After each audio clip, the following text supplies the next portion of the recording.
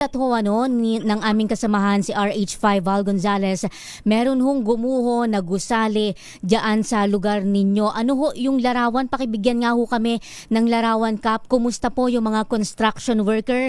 Gaano karami ho yung pinaniniwalaan na natrap? Opo, Ma'am Giselle. Go ahead, Kap. Yes, opo. Okay. Ito po ang gumuhong building. It's a nine-story building. Estimated ko nasa 70 to 75% ang malapit na matapos. Itong building na to inumpisahan pa noong 2023. Hindi pa tayo po nung barangay noon. Hanggang ngayon hindi pa tapos.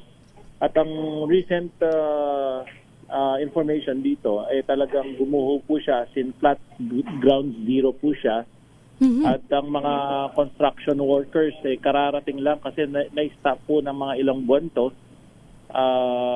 Mga 3 buwan. Ngayon, last week lang, kararating lang ng mga construction workers na bagong mukha namin dito sa Barangay Balibago na I believe galing pa ng Metro Manila or bandang Caloocan City ang mga construction workers. So kaninang alas 2:30 ng madaling araw, nireport po sa amin yung gumuhong building na to at agad namin pinuntahan. At nagulantang po kami sa nakita namin na talagang from 9th floor flat zero siya ngayon na talagang malalaking debris po ang nandito ngayon. At yung pinapaniwalaan namin more or less nasa 15 na katao ang natrap pa sa loob ng naguhong building po.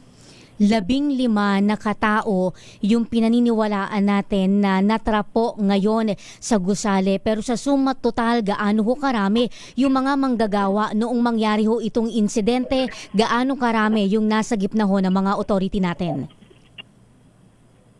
So far, ang confirm pa lang sa data ng Barangay Balibago, nasa 3 pa lang. Pero ang sinasabi ng ibang rescuer, nasa 6. Hindi namin naabutan yung iba. So, sa aming record, isa yung dinala sa hospital at 2 yung minor injuries lang na nakausap natin kanina. Sila yung katabing building at yung isa nagtitinda ng barbecue sa mismong loob ng barracks ng building.